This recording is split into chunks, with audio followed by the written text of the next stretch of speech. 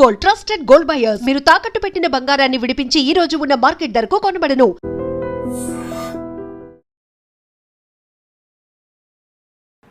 Welcome to I dream. నా పేరు Lumbini.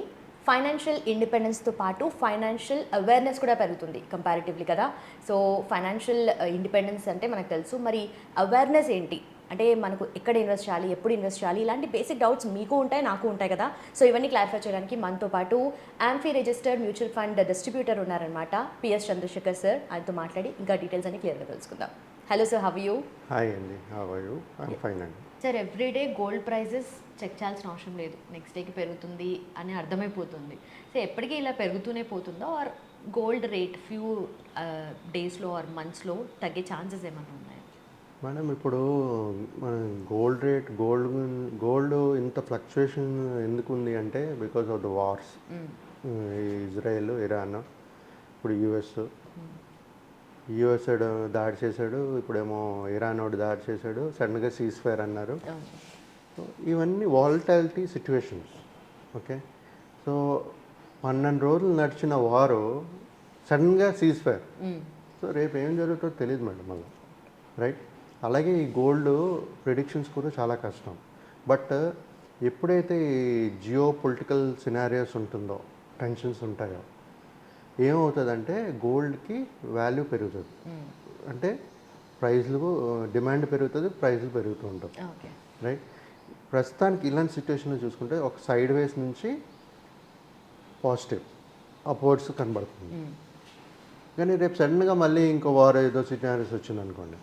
So జనరల్గా ఏమవుతుందంటే ఇలాంటి గ్లోబల్ సిచ్యువేషన్స్ వచ్చేటప్పుడు ప్రతి ఒక్కరు ఏంటంటే సేఫ్ హెవెన్స్ గురించి చూస్తారు. సేఫ్ హెవెన్ అంటే మనకి గోల్డ్. సేఫ్ హెవెన్ అంటే గోల్డ్.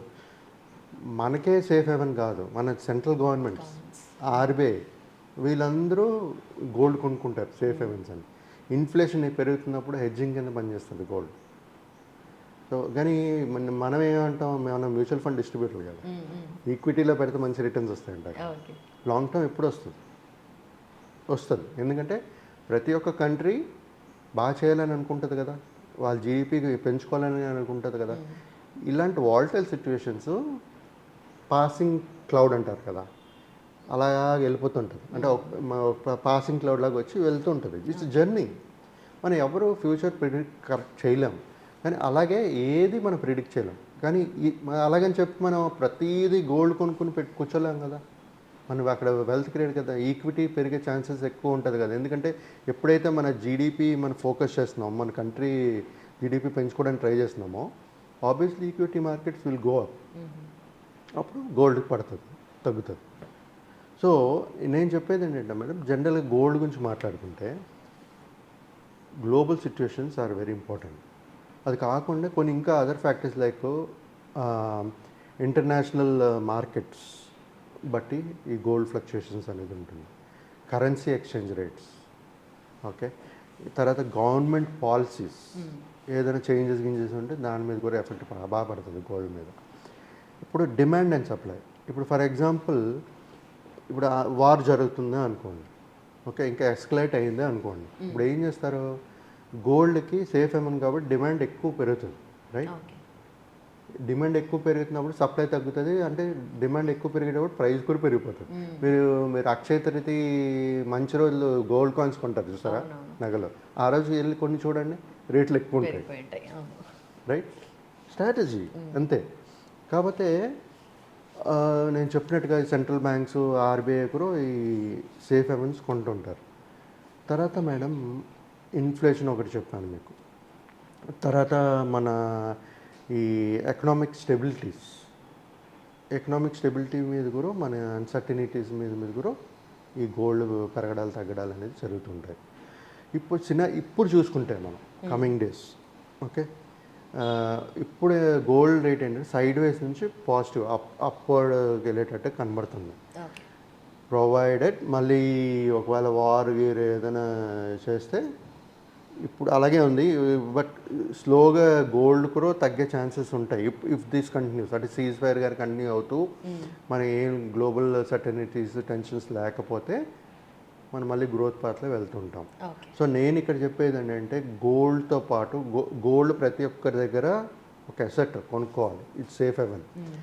గోల్డ్ కొనండి, మీ పోర్ట్ఫోలియోని డైవర్సిఫై చేయండి. ఓకే. Diversified investment.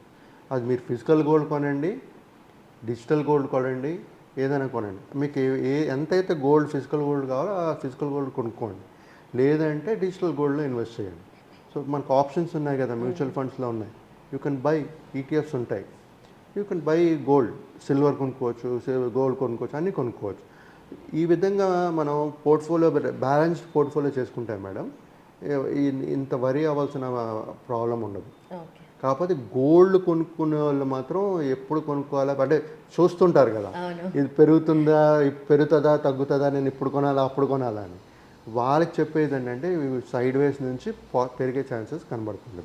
ప్లస్ ఒకవేళ ఈ టెన్షన్ డీఎస్కలేట్ అయితే అన్నీ బాగానే ఉంటే ఒక మళ్ళీ మన మార్కెట్స్ అనేది పెరుగుతుంటాయి.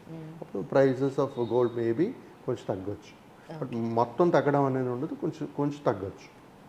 సో ఆపర్చునిటీ చెప్పాను కదా, మార్కెట్ టైమింగ్ చేయలేమని. గోల్డ్ చేయలేము, ఈక్విటీ చేయలేము. సో నేను చెప్పేది ఏంటంటే కొంత పర్సెంట్ గోల్డ్, కొంత percent equities, different. Do not put one eggs in one basket అంటారు కదా, put in different baskets. So ఆ విధంగా ప్లాన్ చేసుకుంటూ వెళ్ళాలి మేడం. సో గోల్డ్ మీకు అర్థమైంది కదా. గోల్డ్ ఇప్పుడు ప్రస్తుతానికైతే డీఎస్కలేషన్ అయిపోయింది, సీజ్ ఫైర్ అంటున్నారు కాబట్టి మార్కెట్ పెరిగే ఛాన్సెస్ ఉంటాయి. బట్ 12 days జరిగిన వార్ సడన్గా సీజ్ ఫైర్ అయిందంటే మళ్ళీ రేపు రాదని లేదు కదా. రేపు వాలటైల్ మళ్ళీ రావచ్చు, మళ్ళీ అదే అవ్వచ్చు, మళ్ళీ వార్ స్టార్ట్ అవ్వచ్చు. సో ఇవన్నీ కన్సిడర్ చేస్తూ మనం డైవర్సిఫైడ్ చేసుకోవాలి మేడం. డైవర్సిఫైడ్ పోర్ట్ఫోలియో ఉండాలి. Gold is one of the asset ఉండాలి, మీ ఇన్వెస్ట్మెంట్స్లో ఉండాలి. అది ఫిజికల్ అవనివ్వండి, డిజిటల్ అవనివ్వండి, it should be there. So ఈ మధ్య డిజిటల్ గోల్డ్ గురించి కూడా చాలామంది అవేర్నెస్ వచ్చింది, చాలామంది ఇన్వెస్ట్ కూడా చేస్తున్నారు అట్లా. సో లాంగ్ టర్మ్లో చాలా బెనిఫిషియల్ ఉంటుంది కదా సార్? ఉంటుందండి. ఇప్పుడు అదే ఈక్విటీ పెరిగేటప్పుడు గోల్డ్ తగ్గుతుంది. బట్ ఆన్ అన్ యావరేజ్ ఈ రెండు పెరుగుతూనే అంతే కదా. ఓకే, అవును. సో ఇది పెరిగేటప్పుడు అది పెరుగుతుంది, బట్ పడేటప్పుడు అది పడదు. So both has growth. Okay. కాకపోతే ఇది పెరిగేటప్పుడు ఇది పడుతుంది, ఇది పెరిగేటప్పుడు ఇది తగ్గుతుంది ఈక్విటీ. సో అవి ఉంటాయి, కానీ మనం ఒకప్పుడు 1000 అలాగా ఇప్పుడు 25,000 నిఫ్టీ వరకు వచ్చాం కదా. అలాగే అలా పెరుగుతుంటుంది కదా, మన వాల్యూ పెరుగుతుంది కదా. సో బోత్ ఇన్వెస్ట్మెంట్స్ ఉండాలి. Thank you so much sir. Thank you. Yes, చూసారు కదా. సో గోల్డ్ కొనాలి అని అనుకున్నప్పుడు ప్రైస్ చెక్ చేయడం ఎంత ఇంపార్టెంట్, నెక్స్ట్ డైవర్సిఫై చేసి మన ఇన్వెస్ట్మెంట్ని ఎలా బెనిఫిట్ చేసుకోవాలి అనేది కూడా చాలా important. Thank you so much for watching.